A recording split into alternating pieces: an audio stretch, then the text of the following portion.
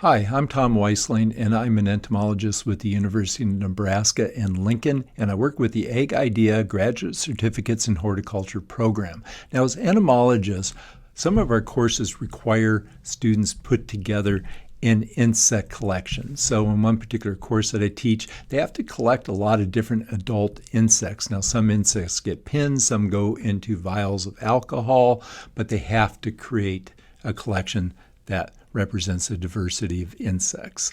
So you have all these nice insects that are pinned. They're rather fragile. Their wings are sticking out. They have their little antennae and their legs out.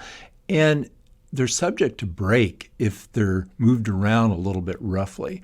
Now, this is a distance program, so somehow the students have to get their collections to me for grading. Some choose the safe route, put them in their car, and drive them up. Others aren't able to make that trip, so they put them into a box and rely on various carriers to get their collections to us safely.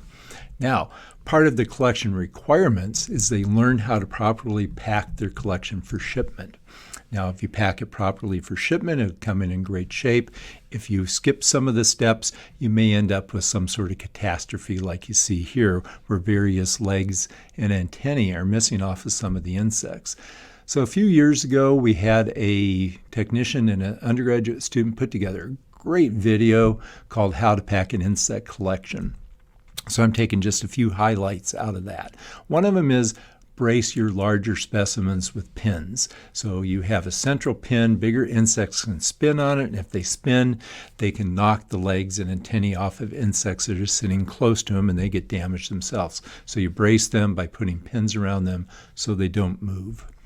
Now, another thing is you want to keep the insects down in the foam that they were pinned in. And to do this, you take a piece of cardboard, place it over the top of the pins, and then secure this cardboard down in some way. If you don't do that, the pins can break loose or move out from their foam and then move around in the box during shipment.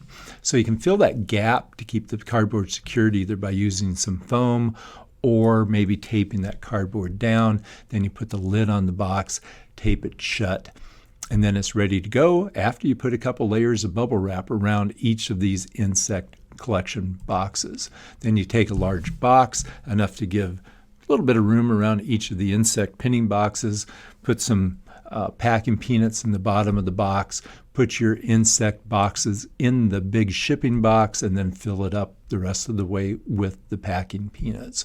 And then tape it shut, address it, and you can ship it off. Now, if you are shipping vials, which some insects go into vials, put them in a separate box. Otherwise, they can break loose, and you can see they can cause a little bit of mayhem in a collection. So if all these steps are followed, insect collections, even if the outside box is damaged, come to us in fairly good shape.